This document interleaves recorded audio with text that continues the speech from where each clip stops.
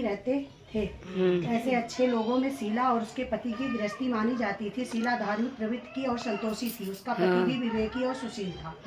शीला और उसका पति ईमानदारी से जीते थे। वे किसी की बुराई नहीं करते थे और प्रभु भजन में अच्छी तरह से अपनी गृहस्थी को व्यतीत कर रहे थे। उनकी गृहस्थी आदर्श गृहस्थी थी और शहर के लोग उनकी गृहस्थी की सराहना करते थे। शीला की गृहस्थी इस तरह खुशी खुशी चल रही थी, पर कहा जाता है कर्म की गत अकल है। विधाता के लिखे लेख को कोई नहीं समझ सकता। इंसान का नसीब पल भर में राजा को रंक बना देता है और रंक को राजा। पति के पिछले जन्म के कर्म भोगने को बाकी रह गए होंगे कि बुरे लोगों की दोस्ती कर बैठा। वह जल्द से जल्द करोड़पति होने का ख्वाब देखने लगा, इसलिए वह गलत रास्ते पर चला गया और करोड़पति के बजाय रोडपति बन गया।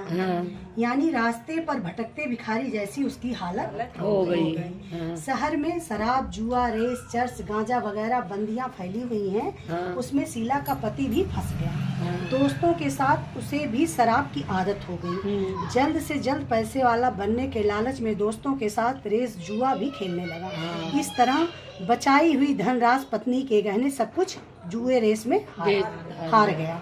इस तरह एक वक्त ऐसा भी था कि सुशील पत्नी शीला के साथ मजे में रहता था और प्रभु भजन में सुख शांति से वक्त व्यतीत करता था। लेकिन उसके बजाय घर में दरिद्रता और भूखमरी फैल गई। सुख के खाने के बजाय 2 वक्त के भोजन के लाले पड़ने लगे और शीला को पति की गालियां खाने का वक्त आ गया। शीला सुशीला और संस्कारी स्त्री थी। उसको पति के बर्ताव से बहुत दुख हुआ, किंतु वह भगवान पर भरोसा करके बड़ा दिल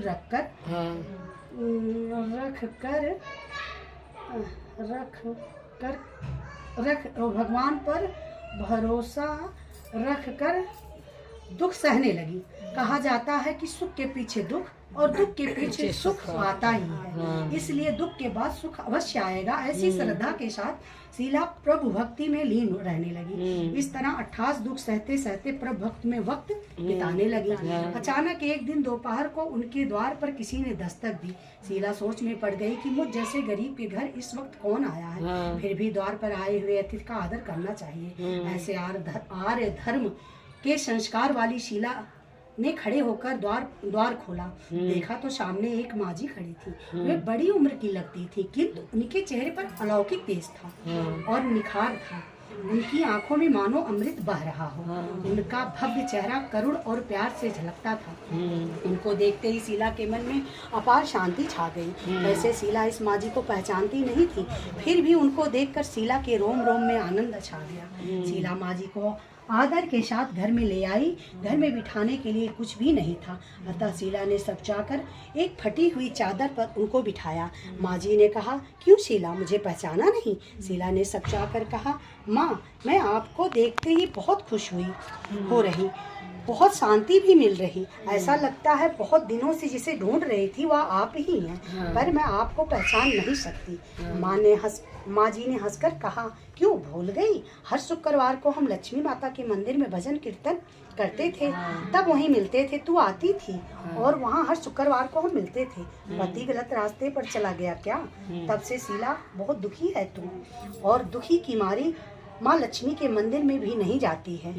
बाहर के लोगों के साथ नजरें मिलाते भी उसे शर्म लगती थी। उसने याददाश्त पर जोर दिया, पर यह माजी याद नहीं आ रही थी। लक्ष्मी माता की जय।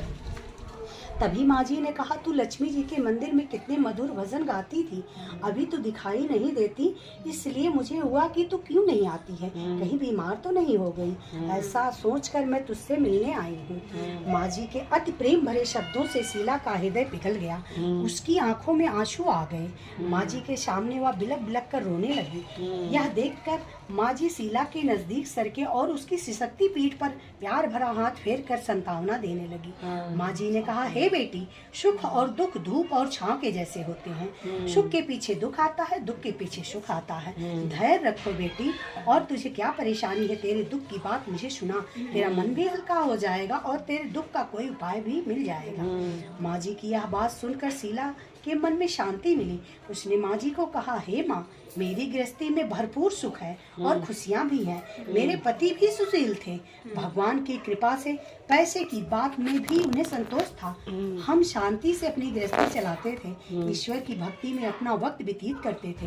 एकाएक हमारा भाग्य हमसे रूठ गया। मेरे पति को बुरी दोस्ती हो गई। बुरी दोस्ती की वजह से वे शराब, जुआ, रेस, गांजा वगैरह खराब आदतों के शिकारी हो गए।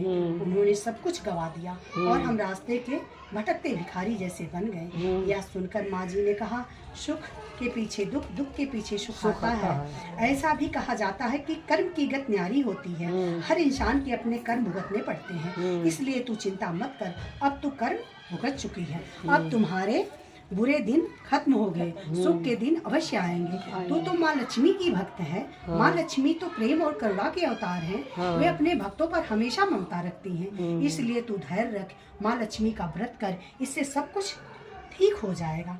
माँ लक्ष्मी जी का व्रत करने की बात सुनकर शीला के चेहरे पर चमक आ गई। उसने पूछा, हे माँ लक्ष्मी, व्रत आपका कैसे किया जाता है, वह मुझे समझाइए, मैं अवश्य करूंगी इसमें। माँ जी ने कहा, हे बेटी, माँ लक्ष्मी का व्रत बहुत सरल है। उसे वरद लक्ष्मी व्रत या वैभव लक्ष्मी व्रत कहा जाता है। यह व्रत करने वाले को ही सभी मनोकामनाएं पूर्ण होती हैं। वह सुख, संपत्ति और यश प्राप्त करता है। ऐसा कहकर माँ वैभव लक्ष्मी व्रत की विधि कहने लगी। हे बेटी, वैभव लक्ष्मी व्रत वैसे सीधा साधा व्रत है, किंतु कई लोग यह व्रत गलत तरीके से कर देते हैं, अतः उसका फल नहीं मिलता है। कई लोग कहते हैं सोने के गहने में हल्दी कुमकुम की पूजा करो, बस व्रत हो गया, पर ऐसा नहीं है। कोई भी व्रत शास्त्रीय विधि पूर्वक करना चाहिए, तभी उस व्रत का फल मिलता है। सिर्फ सोने के गहने की पूजा करने से फल नहीं मिलता। अगर ऐसा होता तो सभी आज लखपति बन गए होते। सच्ची बात यह है कि सोने के गहने की विधि पूजन करना चाहिए।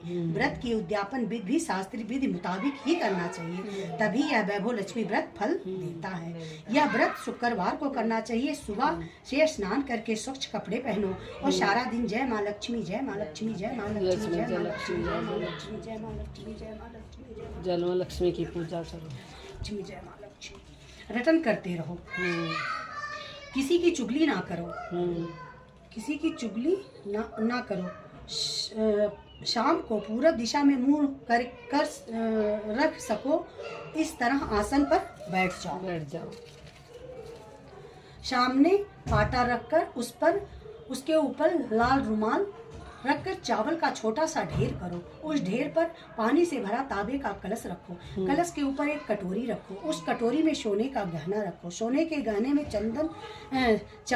सोने का ना हो चांदी का चलेगा। चांदी का भी ना हो तो नगद रुपया भी चलेगा। बाद में घी का दीपक जलाओ और धूप शैली सुलगा लो।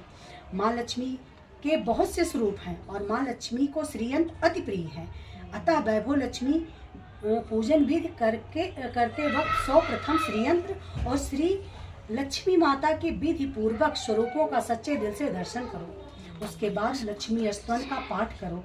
बाद में बोल धन वैभव लक्ष्मी माता की जय, बोल धन वैभव लक्ष्मी माता की जय, बोल धन वैभव लक्ष्मी माता की जय, बोल गौ माता की जय, बोल भोला विष्णु की जय, बोल कुल देवी देवता की जय हो, वैभव लक्ष्मी माता की जय हो। सबका मंगल करने वाली, धन धान्य से परिपूर्ण करने वाली। आज अब करी थी पूजा पाठ, उसके आगे बैठ जाओ, बेड पे बैठ जाओ।